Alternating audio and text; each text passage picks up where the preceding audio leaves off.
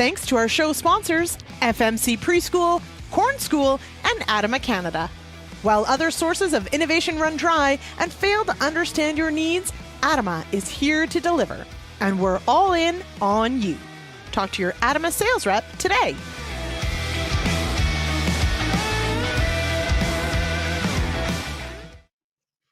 Hi, everyone. Welcome to the Agronomists. I am your host, Lindsay Smith, and I feel like I'm already laggy. Okay, let's hope that clears up, right? Okay. Welcome to the show. I am super excited. I have been calling this one Managing Monsters, Battling Beasts. I'm not sure. We can pick a title later, maybe. But yes, tonight we are going to talk about herbicide-resistant weeds and what we can do about them. All right. So, of course, before we get going, a reminder, if you collect those CEU credits, make sure you head to realagriculture.com/agronomists tomorrow. Let us know you watched the show and sign in there for your credits. Big hello to John, who welcomed everybody tonight. Ray out in Calgary area, I believe, and Jason Vogt is joining us from South Central Manitoba. If you are in the comments, let us know where you're at, and maybe for something a little different, let me know what is the scariest weed you are dealing with on your farm right now. Let's bring in my guests. My guests tonight, Dr. Charles Geddes and Dr. Francois Tardif. Hello. Hey. Hey. All right. Charles, I'm going to start with you. With Agriculture and Agri-Food Canada, where are you based? So I'm based out of Lethbridge, Alberta. The windy town. I can't really call it a city. I'm sorry. Okay, so you're not that far. So producer Jay, who's on the line, of course, always, is from Picture Butte. And Real Okay, yeah. Agriculture has our head office in Lethbridge. So there you go. All right.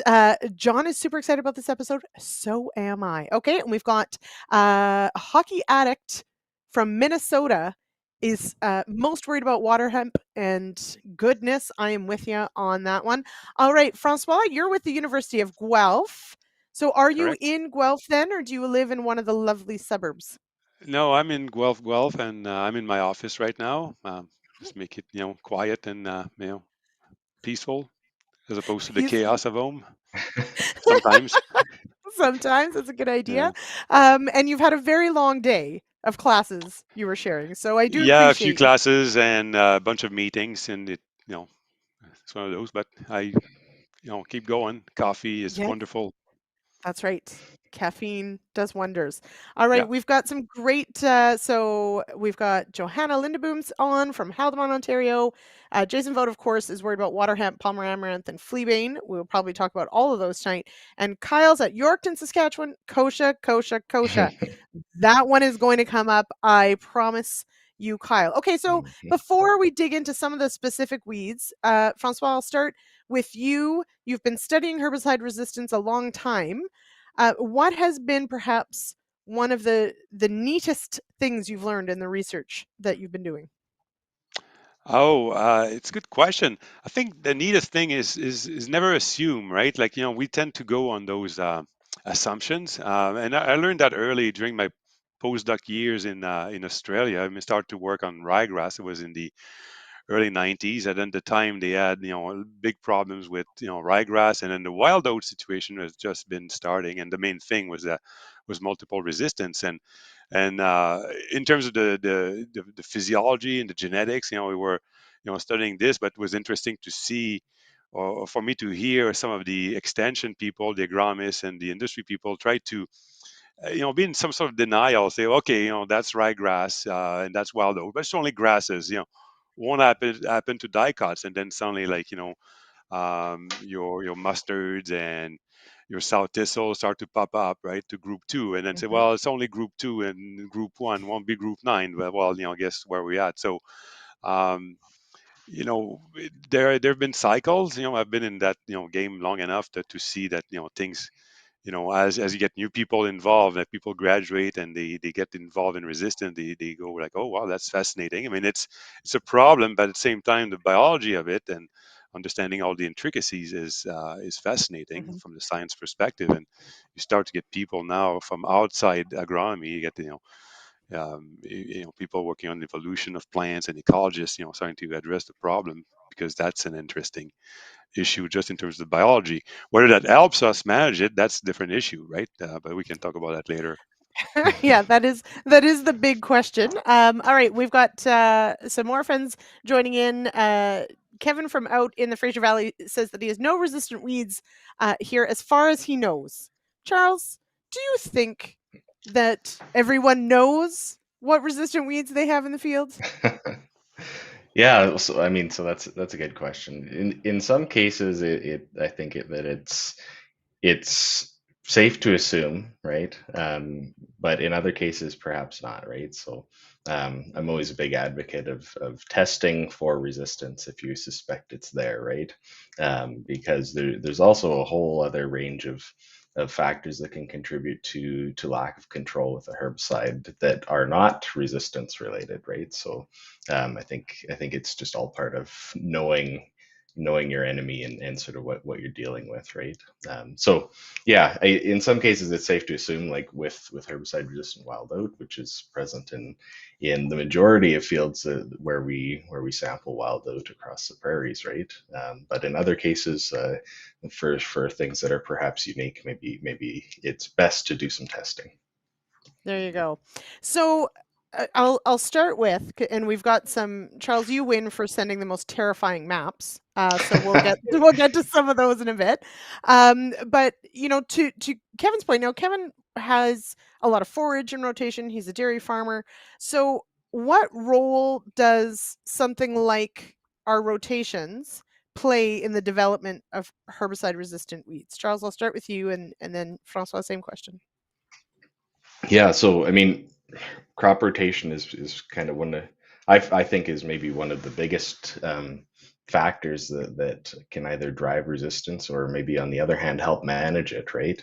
So I mean, typically we see shorter rotations tend to be a little bit tighter in the herbicide options that are available to manage weeds, right? So it means that you're applying similar modes of action more frequently in that rotation, perhaps. So that I mean that can be one contributor that leads to resistance, right? But especially when we're talking about things like forages and even winter annuals, like here on the prairies, right, where maybe I mean, most of our rotations are predominantly summer annual rotations, right? So adding in some of that diversity into your crop rotation, I think goes a long way to helping both mitigate and manage herbicide resistance as well, right? So we Mhm. have some research that's showing that both winter annuals and forages or alfalfa, for example, are excellent sort of opportunities to include in a rotation to help manage herbicide-resistant kochia. Francois? Yeah, well, I agree with Charles. I mean, it's the rotation, or I guess the lack of rotation. I mean, if you don't have a rotation, like we had lots of problems in Ontario, before my time, and in Eastern Canada with atrazine resistance, and was like corn on corn on corn. Just because the way the cropping systems were, and there were cases in Australia with group 2 resistance, and it was a monoculture of wheat. But I remember, like in the early days of Roundup Ready, warning farmers in some of my talks about the false security that can be induced by rotation. If you had a scenario in Ontario where theoretically you could have Roundup Ready corn, Roundup Ready soybeans, then Roundup Ready canola. I mean, it's more localized, and then we don't have Roundup Ready wheat, but that was in the books at the time. So you could see scenarios where, although you have a diversity of 4 crops, you can still rely on the same herbicide program, and that's because that herbicide is very attractive in terms of cost efficiency, etc. So it's thinking on the rotation side, but also making sure that the herbicide program is diverse, not just and not just the herbicide. I guess the weed management. That's where we're at right now, especially when we Mhm. look at multiple resistance. We have to sort of start looking outside the herbicide toolbox, and look at other tools. So Yeah, we so are so gonna that talk sorry, go ahead, Charles. yeah, I was just going to say that's an interesting point that Francois made about sort of the like crop rotation, but then like the herbicide aspect in there as well, with the Yeah. example of rotating Roundup Ready crops, right? You still have a similar, or you have the same herbicide that's being used to manage weeds post emergence in those crops. So, Francois, do you think do you think the crop rotation also contributes outside of that herbicide option as well, like differences in phenology?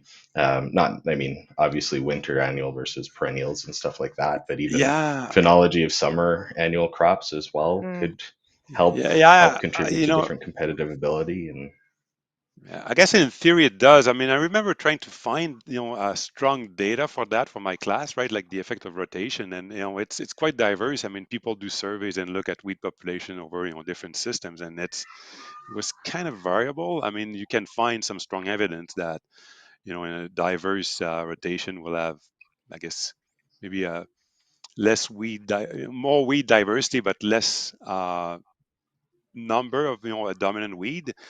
mhm, When I asked my class, what do you prefer? Do you want to have more species of weed, less of them each, or a single one that's very abundant? And say, well, we'd rather have a single one we know what to do with than having a diversity, which sort of goes against wanting biodiversity, I guess.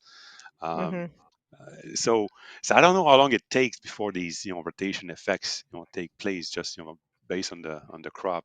Um, and that would be sort of local based on what your base population of weeds is. mhm. Well, and so like to Charles' point, and the introduction of a fall seeded crop, and this is same for Ontario, right? So interrupting when that crop starts off or when it takes off is part of that, but also when it canopies. So then we also work into seeding rate and row width, and it's all about competition. That's what it comes down Mhm. to. Now we've got though a question from Warren Schneckenberger here. He's in Eastern Ontario with me. And I first, is this true? So here's his observation. Why are there so many resistant broadleaf weeds, but not many grasses? So first, is that true? Because I feel like it seems like it's true, but I'm not sure. And second, yeah, what's going on here? Because I know, like, well, we can talk about wild oats, we can talk about Danny Brome, we can talk about some of these cereals, but Charles, maybe I'll start with you. So, is that true? And if so, why? yeah, so I mean, it it's a surprisingly tough question to answer, I think, actually. Mhm. Mhm. But in general, I think it may be true, but it's also location specific as well, right? When we're talking about the number of resistant weeds, right, or the number of different species that have been selected for different types of resistance, perhaps broadleafs could win there, right? But also, it I think grasses are a huge issue as well.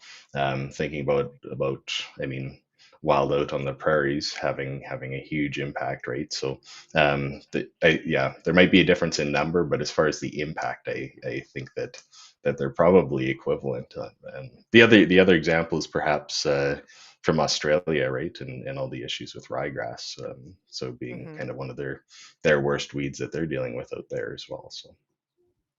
Yeah, Okay. it's a good question. I never really thought about it that way, but I'm thinking of my weed identification class. What we do in Weed ID. We spend like a good 6 7 weeks, looking at different weed species, maybe 12 to 15 per week, and then we generally spend 1 week on grasses, like those relevant to Ontario. So maybe 15 species that are more or less relevant, and the rest is all dicots, except for a few other Mhm. like sedges and horsetail. So there are probably more diversity in numbers of dicot weeds worldwide. But as Mhm. Charles is right, if you look at the impact, I mean, looking at all the surveys that have been done in Western Canada over the years, right? Like, it's wild oats, foxtail, the top two, Mhm. three, right? And sometimes I don't know what's number three. It's always been wild oats, wild oats, wild oats. Maybe green foxtail some years, and Mhm. is it buckwheat Mhm. number three or Yeah, wild buckwheat. They've actually been switching around a little bit lately, but yeah, usually it's green foxtail, wild oat, and yeah. wild buckwheat that Mhm. are kind of our top three. And in Australia, it was foxtail, not foxtail, but ryegrass, annual ryegrass, and Mhm. wild oats. So Mhm. less diversity, Yeah, but big impact. yeah. The Yeah, other, I guess, absolutely. the other component to that question, kind of just thinking my way through it right now, is maybe the number of species of annual grasses that we're dealing with versus the number of species of annual broadleaf weeds, right?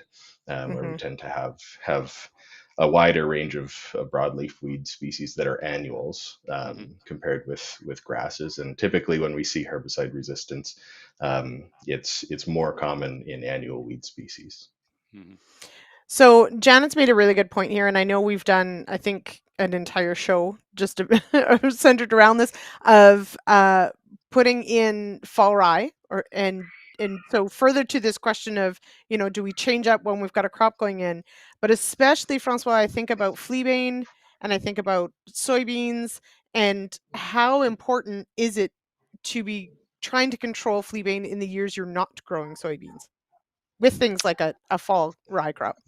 Yeah, I mean we've done some trials in south of Guelph near Delhi on sandy soils for a few years, and we found a big impact of rye, and it was quite surprising because on those sandy soils, the rye wasn't like very particularly thick. It looked like small sticks. There was no light interception per se, so we really thought that's allelopathy, and the timing was perfect. As those seedlings tried to emerge, I guess they got affected by that. Um, but what was interesting is that we had these good results in some parts of Ontario, but when you go on Twitter and you publicize these things, then you get feedback from different other parts, and then some people from Right. Ontario would say, well, no, I tried it and it's no good for this. Now there are other good benefits of having a right cover crop out there, and then some disadvantages as well.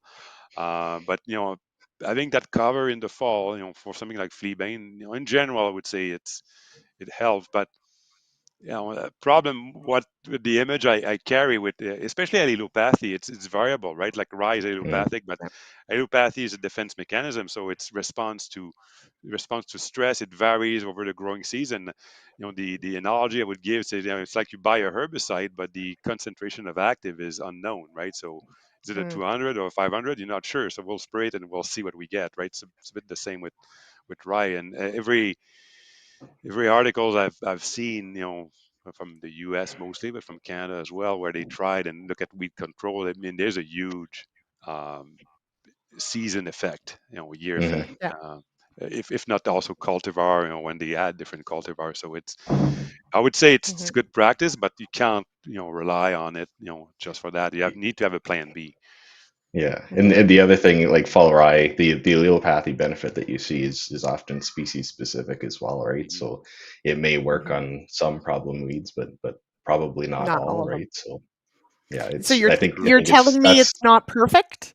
Because that seems unfair. well, things very rarely are, I think, Yeah, but exactly. but yeah, All right, we it might work in some situations though, right? It's just yeah. I think maybe that's why we often hear that from some people that it does work and some people that it doesn't, right? hmm So we have some amazing comments and questions coming in, and I really appreciate them. A lot of them focus on fleabane, which we can absolutely touch on more of. I am actually, though, I'm going to shift gears just slightly because we've sort of mentioned all these various or a couple different ways that we can manage weeds in general, but also herbicide resistant ones. And it brings to mind the theory of the many tiny hammers, which makes me think of this clip with Tammy Jones and Kelvin Hepner. Now, this is timing wise. I want everyone to just keep this in the back of your mind, because this phrases or it sets things up for the next part of this conversation. So this is from just before. This is, I think, February 2020. Okay. So it's not that many years ago, but it's also a lifetime ago. It's from the before times. RHA, if you could let that clip run.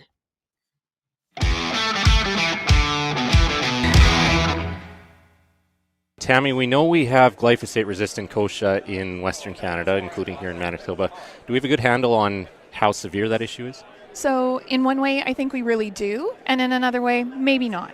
So, the way that we do know that we have herbicide resistance, glyphosate resistance in kochia, is that we do weed surveys. And so, there's a really intense one that was done in Manitoba in 2018. It was a follow up to one that had been done in 2013. And it was just trying to compare those baseline levels of glyphosate resistance, and probably will test for resistance to some other herbicides as well. But we've got the results back. When it was sent to Lethbridge, they tested just for glyphosate the first time, and they found that we had increased from 1% in 2013 to 59% of our fields having some level of herbicide resistance in 2018. Now, we had thought that Alberta was leading the way because they had gone from in 2012 5% resistance up to 2017 they were at 50% resistance. So if you do the math, Take that, Alberta. we're winning. Yeah. Winning? Yeah. We're something. We're ahead. So we know that there is resistance in fields. The thing that we focus on from from an educational standpoint is that even if there's one plant in the field, then we consider it a herbicide resistant population. But that's not how it works at the field level, right? And so when we looked at the testing results, a lot of those fields came back with a low level of resistance. And again, that's the number of plants within the population that are resistant, not how much herbicide it takes to kill it. Because herbicide resistance is defined as the normally lethal dose no longer does the job that it's supposed to do. It's not a rate thing. So then we've got these low-level resistant populations, and I don't think we're aware that they're there because we're used to there being a few weeds left in the field at the end of the day, right? They're either emerged after the fact or we missed them with a spray application. They were shaded by a plant, whatever the case may be. Yeah. So if it's only 2 out of 8 plants that don't die, we're probably going to make some other excuse for it. We're not going to think herbicide resistance. So I think we're at the, like I said, it's sort of a tip of the iceberg kind of thing. We're not aware that every field that has herbicide resistance actually has it yet. Okay, so that means in the next 5-10 years, I think we're going to see more problems. Yeah. So I think if we keep on keeping on, we're going to see more and more and more and more escapes, which aren't going to be really escapes in that we missed them, but that they're actually showing more signs of that herbicide-resistant population.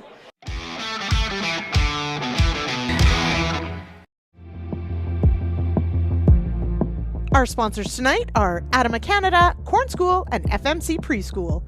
Weeds constantly evolve, but so can your integrated pest management strategies. Knowing the latest weed pressures, resistance trends, application techniques, management strategies, herbicide science, and more gives you the tools for a proactive, agronomically responsible response. Go to www.fmcpreschool.com for recorded webinars from field experts and curated articles. fmcpreschool.com, your knowledge, your business, your success.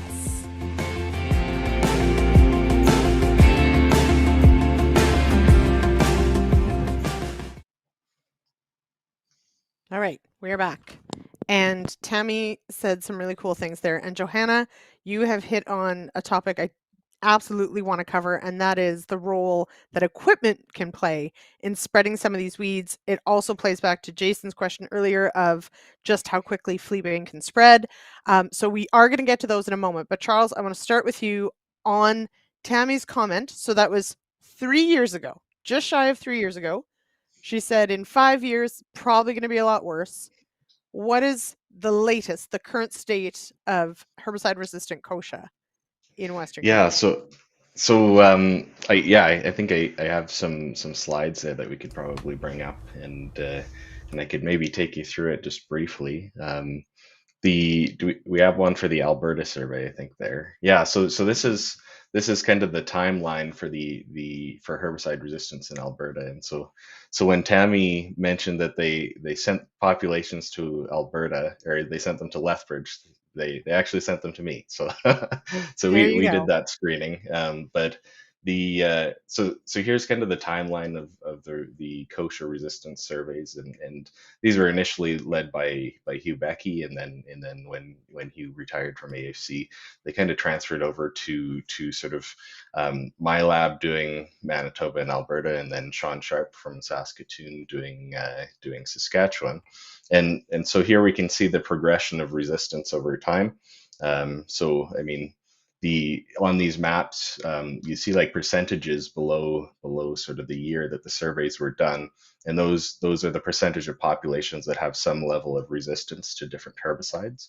So ALSR there is essentially group 2 herbicides, or acetylactate synthase inhibitors, and so all kochia populations across the prairies have group 2 resistance.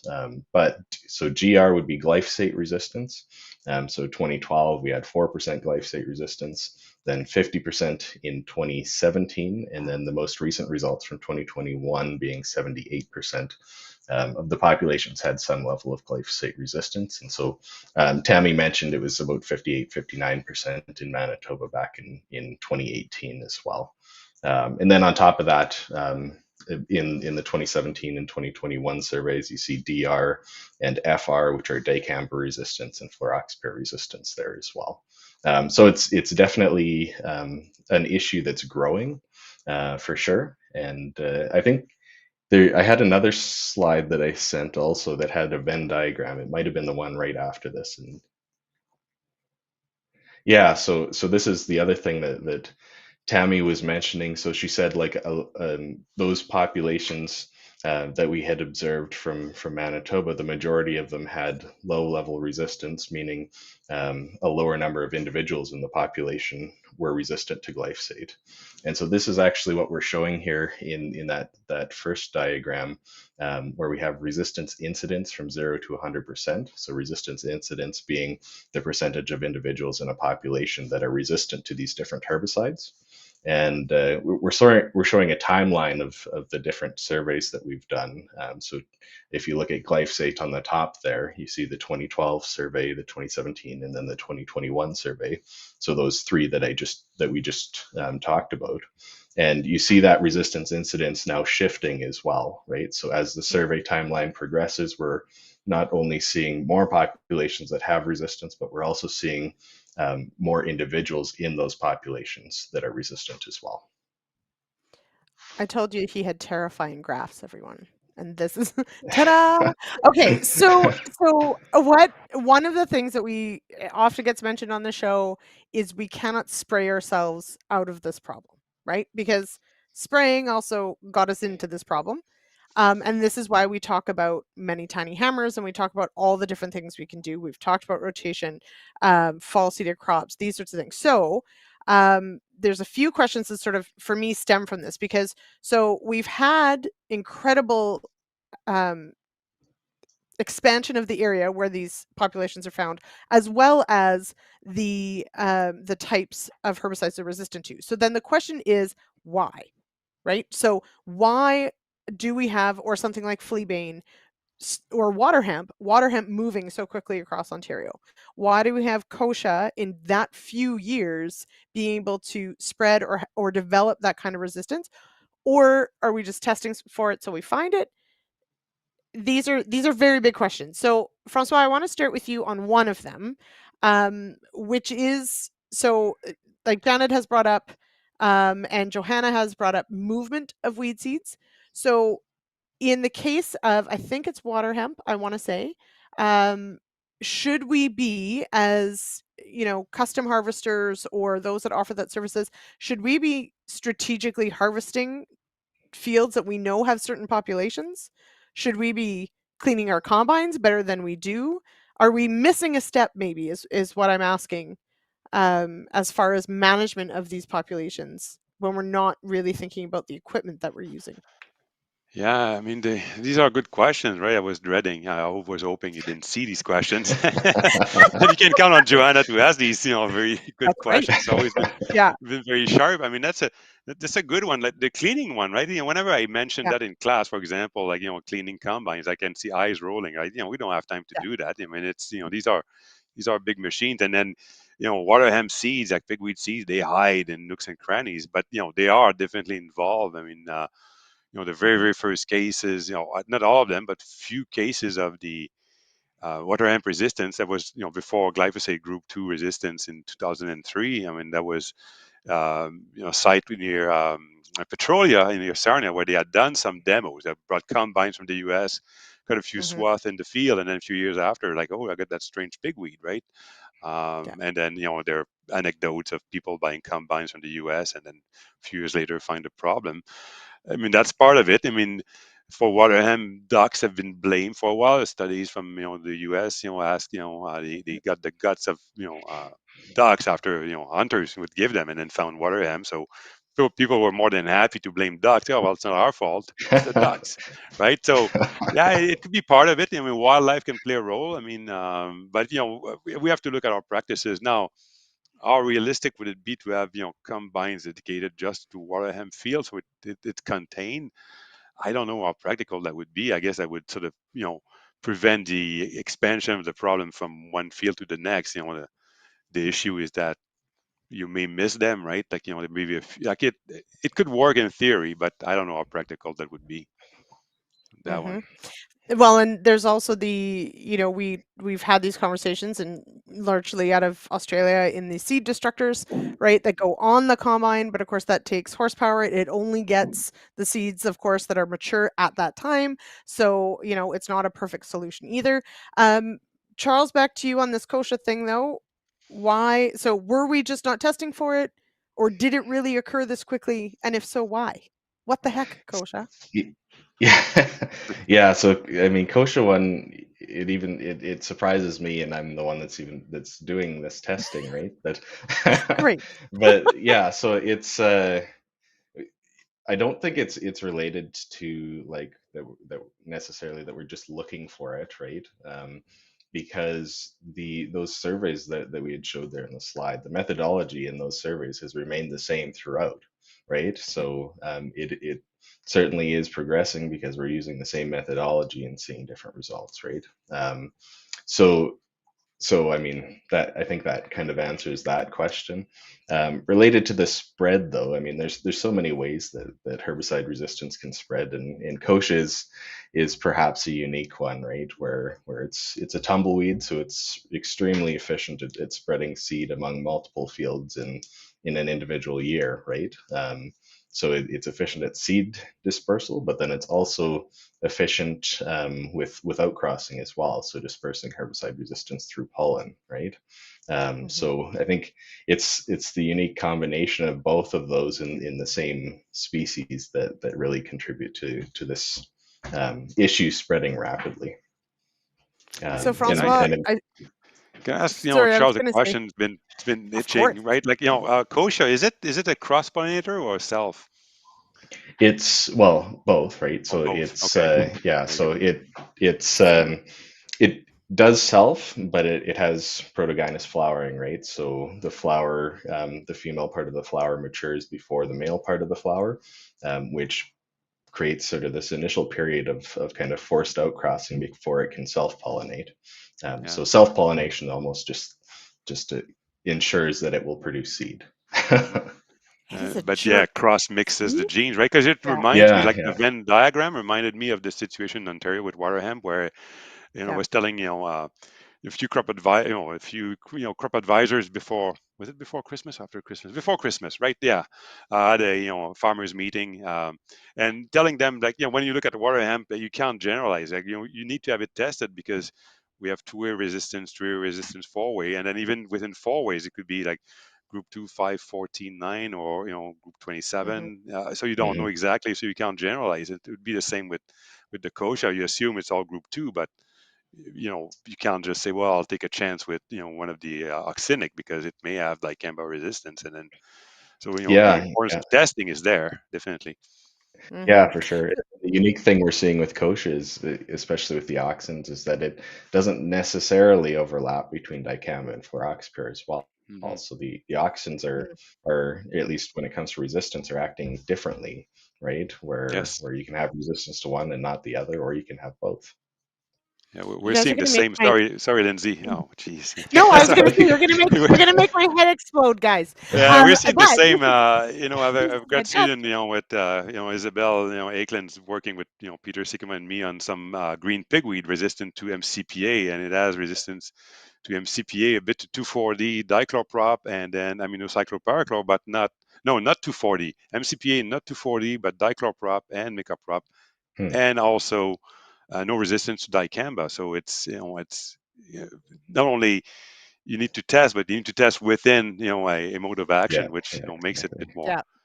complicated. So Okay, so there is a fantastic conversation happening that, don't worry, Francois, I'm not going to throw it at you again. Hey, But I am going to follow up with so many. And just so you know, Johanna's going to be on the show in a couple of weeks, Francois. So you hop back on and you ask her all the tough questions.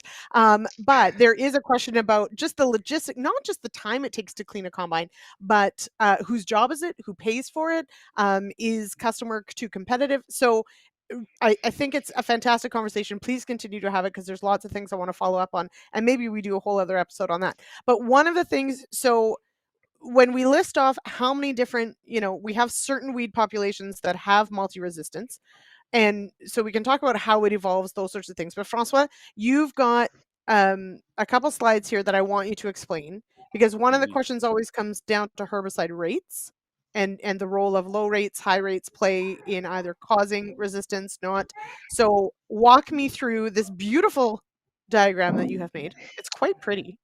Yeah, thank you. Um, And yeah, it fits. It sort of, I think it sort of answers Gore's question about like 95% control right. versus lower rate and selection pressure. So it's a question I was getting over the years, and I'm sure Charles got it. Even before we had a full symposium at expert committee on weeds or Canadian Weed Science Society on low rates versus high rates, and we couldn't make an answer because it depends. That's the main answer Mm. in agronomy, right? It's always it depends. So what you have on the left is high rate versus low rate. Now you have to define what the high rate is versus a low rate. When farmers go with lower rate, they sometimes different reason, but it could be that you think that the full label rate gives me too much, too expensive. So I want to cut the rate, but I still want as much control as possible. So I don't want to cut the rate by half or by a third and suddenly get 50% control. I still need to get that very high level of control, right? And we know for some herbicide we can do that with Pursuit, for example. One of my first grad students was able to cut the rate, even to 1/10, and then get the same level of control of pigweed as the full rate. So the label rate would be there for a range of weeds. So what I showed there is like 4 weeds that sort of represents like a situation in a field where you have different types. So the high rate underneath you have 4 weeds. One without the little shield is susceptible, so it dies. So that's the red X, and then you have some with what do we call weak resistance mechanism or minor gene, minor resistance. So the little black shield, little white shield. So they give you protection, but only if there's a low rate. And in the blue shield, that's your big resistance mechanism. That's maybe your target site, right? So when you apply the high rate, the blue shield gives you protection, but whether you have minor gene or no gene for resistance, you're dead. So you compare that with the lower rate. A lower rate, you may have less percent control because you suddenly you have those little shields that kind of protect you. So the minor genes, and they could be metabolism, could be translocation, could be a different target site that's less good at protecting. It doesn't matter. Um, so you may not see a difference there. If the number of susceptible is still very high, you'll have maybe a few escapes that you miss, or that low rate may not be in the field, could be at the edges of the field, could be if the crop Mhm. canopy is too tall, if there's residue, right? So there's different ways you can get those low rates. Now, where the reason I asked Charles about the mating system, whether it's cross-pollinated or self, is regarding the next slide where you have these different plants. So if we can move to slide number 2. Um, which is There happening. you So, on one side we have a weed that's totally self-pollinated. So that would be your wild oat, your foxtail, your lamb squatters. They tend to be close to 100% self. So if you have that weed that has only the one minor gene, like the black shield or the white shield, they only cross with themselves. So the progeny only has that mechanism. So if you increase the rate, you're going to wipe them out. With cross-pollinated species, so you look at kochia, water hemp, the ryegrasses, the ragweeds, a lot of Palmer amaranth, they are cross mostly, and then that's where you can start to have accumulation gene stacking. So you can go. have 1, 2 weeds with minor genes, they cross each other, then suddenly you have the progeny has Mm. 2 genes, and then it can build up that way. And we've seen that in some species, and then you get another resistance mechanism there, like you have a population with ALS resistance, group 9 resistance, they cross and then they accumulate You got both. the large Yeah. target. So that's why when they ask me, low rate versus high rate, it depends on the whether it's self-pollinated or cross-pollinated. So it's not simple. So knowing how it's pollinated will definitely help. So that's Do the simplified version. So I don't know if yeah. Charles wants to, So and it jump in okay, there or and it not, right? yeah, and it somewhat answers Gord's question. I think it was Gord that asked, is a product that offers 95% control, is that exerting a higher selection pressure than one that does less control? But by this diagram, I would say no, that's not the Well, case. But also, I feel like I'm going to get an it depends. So yeah, it yeah. depends Getting too, into right? the weeds here. Yeah, I mean, Exactly. the analogy I give, in class sometimes, or in talks, is if you have a breeder that's trying to breed for disease resistance, so breeders make crosses. These they try to generate diversity in the population. Then they, if it's white mold resistance or rust or whatever, right, or if it's a particular trait, they have to be quite stringent. Like they'll go through the F2 or whatever generation, and then they kind of cull out, like it's no, no, no, no, and they select only a very few plants that are very strong, that have very strong genes for the trait they want.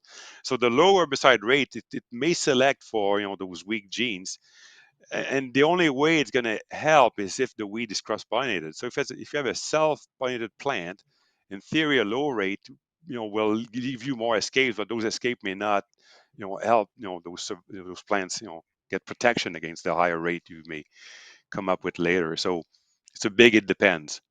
Mhm. But I would say, like in Yeah. theory, like the higher the selection pressure, the higher the rate, the higher the selection pressure, and then you'd speed up. And that's what we've seen with group twos, right? Like they're very effective herbicides, and it would wipe out all the weak individuals. Early on, you get 1 in a million survivors. You can't see them, but they slowly build up, and it's a sort of a logarithmic scale. Like resistance, the way it builds up in field, it's very low, and then suddenly you go from 10% to bang 40% of the field, and then you say Houston, I have a problem, right? Like it's huge. And then we go like, oh, could you miss that? Well, last year was pretty clean, right? Mm-hmm. Charles, I'm going to. Johanna has a fantastic question. She gets a gold star, I'll be honest. Johanna, you win for the questions tonight. But she's also afraid to ask this, but Charles, we're going to take it to you. If we use multiple modes of effective action properly, how long does that slow down onset of resistance with cross-pollinated weeds versus a single mode of action? What do we know from the data? Yeah, so I mean, again, these are really good questions. Mm-hmm. So I'm not sure if we have a ton of data necessarily comparing a self-pollinated versus a cross-pollinated with multiple modes of action and how that contributes to selection for resistance necessarily, right? But in general, there's been a lot of research on sort of modeling the selection pressure for resistance, changing different parameters about a weed species, right? And so in general, we know that from that multiple effective modes of action can help delay selection for resistance. I mean, it certainly doesn't prevent it altogether, right? Mm-hmm. The question is by how many field seasons, right? If you're dealing with a cross-pollinated versus a self-pollinated weed, and really, I mean, it's I don't have a good answer It's a because tough question. there's so This is many why we're factors afraid that to contribute ask. to Yeah. it. I completely agree. Okay, I'm just going to pause for just a moment. I do want to send one last shout out to our show sponsors for this evening before we get to the final discussion part of our evening. This is just going way too quickly, you guys. All right. Our sponsors tonight are ADAMA Canada, FMC Pre-School, and the Corn School. Big corn yields demand intense management. From tillage strategies to nitrogen management, variety selection, pest management, and more, Real Agriculture's Corn School is a video series that tackles every facet of the corn growing season in an engaging and informative format. The Corn School is made possible by support from BASF and Pride Seeds. Find out more at cornschool.com.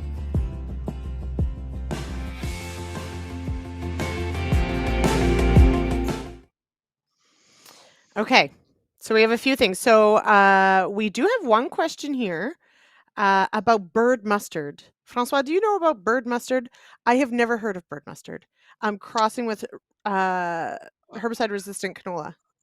I have It's not a heard of it. um, it's a relative wild mustard. It's Okay. Brassica rapa, and Okay. it's very closely related to canola. So Canola. Okay. that's where the cross has happened. Like Yep. is it the wild relative of canola or one of the ancestor? I think that's what it is. Like, don't quote me on this. I could find out. I mean, these are very good questions in the chat. I mean, like, Yeah. I want to keep them, I right? know. Like, Yeah. don't We throw them out. can. Don't worry. Yeah, Yeah, we won't. yeah. So actually, that is a good point. If you're watching this as the replay, if you head on our YouTube channel of this, all of these questions do show up um, on the YouTube replay. So Mhm, yeah, we can go back and find them, and I often comb back through them because they often lead to other conversations that mhm, we want to follow up on for sure. So but I guess that is one of the dangers in brassicas in general is that they are all related. And I can only imagine, I mean, we have vegetables because of crosses between brassicas. So mhm. I can imagine that they're kind of a floozy of a plant, let's be honest. They'll cross with just about anything. Yeah. I mean, canola, yeah. I mean, not wheat, Yeah, like wheat no, and barley they they, self, right? That's Mm. yeah, keep exactly. things in Okay, house. But so yeah, they keep things in house, but that is actually one of when we think about, these very tough to kill and very problem weeds, they do tend to outcross.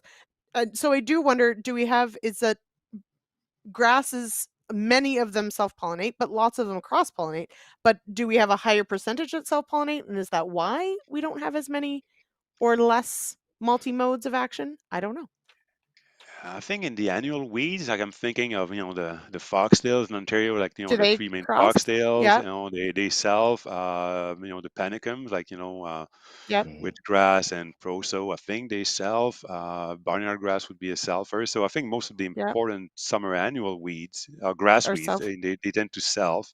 I don't know about Donny Brome or Yeah, Yeah, yeah, Charles, what Charles would about be Johnny the Brome? expert Is there. it? Yeah? yeah. So Okay. downy brome is a self-pollinating species, right? Hmm. So same. Mhm, I mean, wild oat as well, right? So um, the I mean, these are maybe the exception ones where we do see quite a bit of resistance, especially when it comes to wild oat, right? And mhm, it also spreads quickly, right? But the factor mhm, there is more through the spread of seed rather than the spread of pollen, right? mhm. So a few Quackgrass things, is there are a few grass like yeah, quackgrass. I remember, like, I did my PhD on quackgrass. It's no longer a problem, or it's not as much of a problem as it used to. But it spreads. cross-pollinated, but it spreads mostly by rhizome, so Yeah, seed production is Mm. not as underground, important. So right? Yeah, yeah, it's a it's a sneaky one sneaky that one. way. Yeah, exactly. So a few things have also come up. So we've talked, there's been mention of tillage and plowing, which makes my head spin a little bit, but that's the Westerner in me. So there's talk of tillage. And I know, and I've met a farmer or two who says, a weed can't be resistant to tillage or can't develop resistance to tillage, but tillage is also often not a great killer of weeds. I mean, dandelions often grow back, or depending on what the weed is, tillage doesn't really kill them. It might set them back and it might make you feel better, but that's about it. Warren, no, no, no woohoo plowing. That's just no. But then we've got some a good question from Jason about spot spraying or drones. So strategic spot spraying. And then there was also discussion about a weed zapper. So the weed zappers look really cool, terrifying, but really cool. So are we seeing more of some of these things like the fact that we can be very precise with our spot spraying? We've got green on brown spraying, we've got green on green technology coming on. Like, are these technologies that we need to be like really getting on board and pushing forward because they're going to help in this particular fight? I don't know. Charles, maybe I'll start with you on that one. Yeah, so I mean, the yeah, so I think everything contributes, right? So in general, being able to apply a product or a specific practice more accurately in a given area that you have a problematic weed, I think um, that will help in the long run, right? Especially when we're talking about resistant weeds starting off as a small patch in the field and then sort of spreading out from there, right? If you can manage it in a small patch, it will probably help. When we're talking about these technologies in relation to herbicides, I mean, it's kind of a similar Similar sort of a thing that we've seen in the past, as far as you can't spray your way out of resistance, right? But you may be able to help delay it, or potentially manage it by applying a different mode of action in that specific area. So I actually do see a lot of potential with being able to sort of hone in on problem areas in a field, rather than say a broadcast application, if they're used properly, right? Mm-hmm. So no one likes my comment about tillage, but John, you're exactly right. It actually makes quackgrass worse. And Scott says you can get decent control at a certain stage of dandelion. Okay, fine, but that's that's not enough for me to bet anything on. I'll Tiny tell you that. Yeah, dandelion, right? That tiny big, right? little, and they germinate twice a year. Don't even start with Yeah. me. No, it's not enough. Yes, sure, okay, I guess it's a tool. I don't think it's worth it if dandelion's all you're after. All right, Francois. So Warren sort of same things. The see and spray technologies. Is this going to be, our silver bullet? I guess my thing is, I don't think there's any one thing that we can actually do. I am super excited about these technologies. Absolutely. Like the green on green, even the green on brown, we can save product, we can be precise, we can maybe use some of these more expensive chemistries smarter so the total bill is less. But just that way of thinking that like there is going to be one solution, oh goodness. I don't feel like we'll ever have just one solution. I don't think we can ever expect that.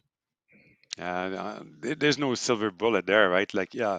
And the thing with herbicides, like, we had a very good run, and we still have a good run. They're still useful tools. It's just that, resistance makes it, a bit more challenging, or very challenging in some cases, depending on the type of resistance you have. The thing with, having such, effective tools, it's sort of, kill the impetus for innovation, right? That now that herbicides are failing, you start to get people from outside weed science. Weed science is a small field, right? Before coming to that show, I was telling my family about it, and they said, "Oh, you're going to be with Charles Geddes. Do you know him?" So yeah, of course I know him. Like, it's weed science in Canada. This, There's few dozen people, we not all too know each many. other, right? But you start to see people coming from engineering and artificial Mhm, intelligence and drones, and they kind of hear about herbicide resistance, and maybe there's something to do there, and then you start to see these convergence of technologies. What's going to work, I don't Mhm, know, but you get better sensors, more computing power, uh, that ability to detect different species. It's been working on, people have been working on that for many years, and but now I guess there's that critical mass that it's going to make things happen. And the question is, how do you make that work? Do you put more herbicides on less areas to make sure you kill those weeds, or do you combine with electricity with spraying, or do you know maybe RNA interference has been mentioned in some mhm, cases. mhm, I saw paper this weekend on very tiny polypeptides, right? Like that target the proteins, mhm, and is it going mhm, to be effective or not? Like, there's all sort of technologies happening.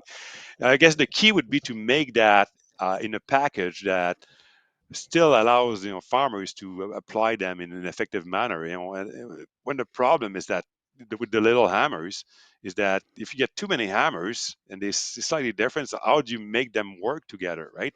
mhm, Thing with the mhm, herbicide was simple. You just put a few herbicides in your tank, or just Roundup, and you spray. That's it. Like, I can think about something else, because like Charles and me, we're thinking about herbicides, but farming is complex. When I talk to farmers, it talks about futures and fertilizing, and then all the other crop protection and God knows what, right? It's If you can simplify one aspect, you go for it. If I say here's a choice of something simple or something more complicated, I'll go with the mhm, simple one. So that's going to be a challenge, to put these technologies together and make sure that they work and that they are easy to access. So what's the model? I don't know. mhm. Charles, I have two questions. And it's quite often on this show that it's something in the background that people ask more questions about than anything else. And so Ray DeBanco says that Dr. Geddes' wall tells the story, one guitar tool is not enough. You need yeah, many because they do I'd have to different agree. things. Yeah.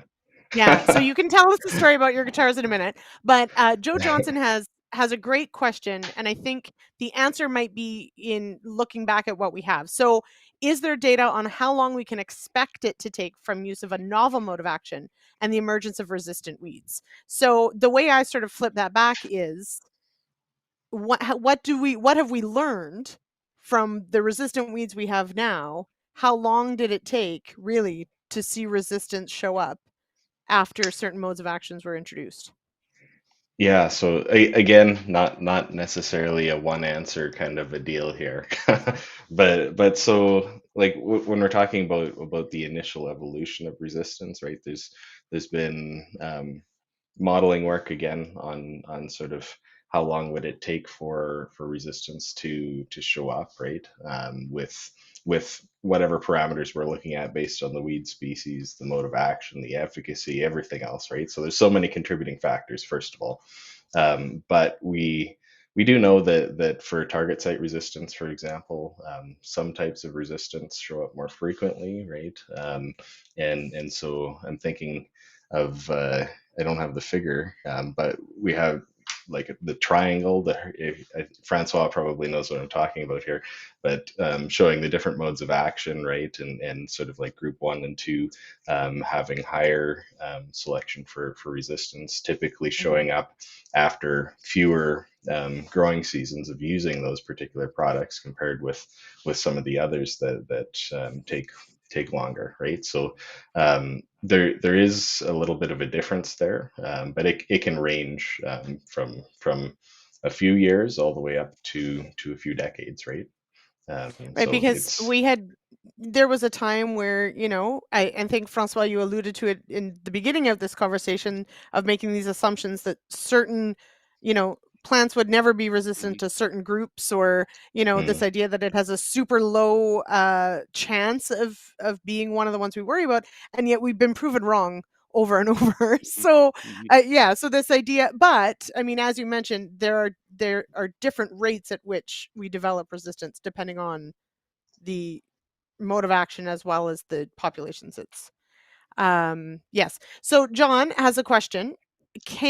I'll simplify it. Can a weed species forget resistance? So we talk about adding selection pressure. If we take off selection pressure, do our weeds change, and can they actually evolve away from resistance to a group? It's a That's great an way to look at it, John. interesting question. And in the past, I would have said, forget it. Once you have resistance, it's there forever. It's going to be in the seed bank. But and there's no, there might be some data out there, but I don't think there's very strong data, or very few research have done that because it's long term. Yeah. So at Nick Dolly, at the Woodstock Research Station, we had resistance to group 2 and pigweed early on, and then a few years later, I was showing some plots to farmers, and the pigweed started to be sick with resistance. I thought, well, maybe this resistant pigweed is more susceptible to some disease, although I never investigated that. When I asked my technician now, can we do research on group 2 resistant pigweed at Woodstock, says no, it's gone. So well, that's 15 years after the fact, right? So it depends on your window. So I've Hmm. seen stuff like that with fungicides too, and some fungicide resistance that can eventually disappear if you stop using it. Question is that if you use it again, like you have to make sure you don't make the same mistake. So you don't want to reset Hmm. and start from day one. yeah, and Fascinating. so I mean, herbicide resistance is primarily dominantly inherited, right? So Hmm. so I think the you see in sort of other disciplines like using like a refuge or something like that, right? Of susceptible individuals potentially helping make the resistant ones more susceptible. That's usually not the case when it comes to herbicide resistance. In that case, Hmm. it's more likely that your refuge is just going to become resistant. Hmm. Right. So that's unfortunate. But like what Francois was talking about, the other factor in there is the fitness, right, of those resistant individuals, right? So Right. along with herbicide resistance, you can also have fitness penalties, right? That Mhm. come along with that. So essentially, when we're talking about fitness, it's the ability for that plant to contribute to subsequent generations, right? So if you think about things like seed production, for example, right, potentially resistant plants having lower seed production or being less competitive. So if you take away that selection pressure, theoretically, your susceptibles might be able to outcompete your resistance over time, right? But there's some theory behind that for sure, right? Mm-hmm. And how long does that take in practice? It's it's hard to Yeah. say, right? So John, I think he's right. He says it sounds like a PhD thesis for someone who's in no rush to finish their Yeah, program, and that sounds about right. It's going to be a very long-term program. Yeah, no, but so fascinating stuff. All right, we are out of time. This has gone so Wow. quickly, and we have so many more things to talk about. But this is a great discussion, and we are just going to add to it and continue to add to it, because this is one of those that there are too many questions, but ultimately such an important topic, and one that we have to be planning for. Johanna, thank you so much for bringing up the whole combine and sprayer component, because it's probably one we haven't talked enough about. So we'll definitely be doing more of that. And of course, to my guests, thank you so much for joining me. I know it's been a long day, Francois, so I That's really do okay. appreciate Yeah, it was fun, right? It's talking Good. about resistance. I can't get enough of Yeah. it.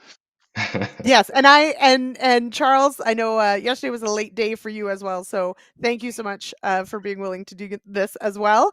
And of course, a big thank you to our show sponsors tonight, to Real Agriculture's Corn School, to ADAMA Canada, and to FMC Pre-School.